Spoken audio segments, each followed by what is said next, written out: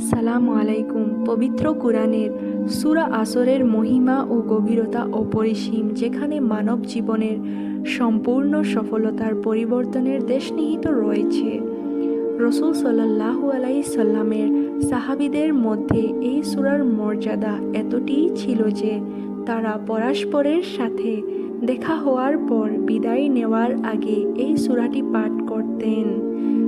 তারা জীবনের বাস্তবতার কথা স্মরণ করতে পারতেন। সূরা আসর সম্পর্কে দুটি বক্তব্য ইমাম শাফি রহমতুল্লাহর কাছ থেকে পাওয়া যায়। তিনি বলেন, মানুষ যদি শুধুমাত্র এই একটি সূরা নিয়ে গভীরভাবে চিন্তা ভাবনা করত, তাহলে ওদের জন্য এই একটি সূরাই যথেষ্ট।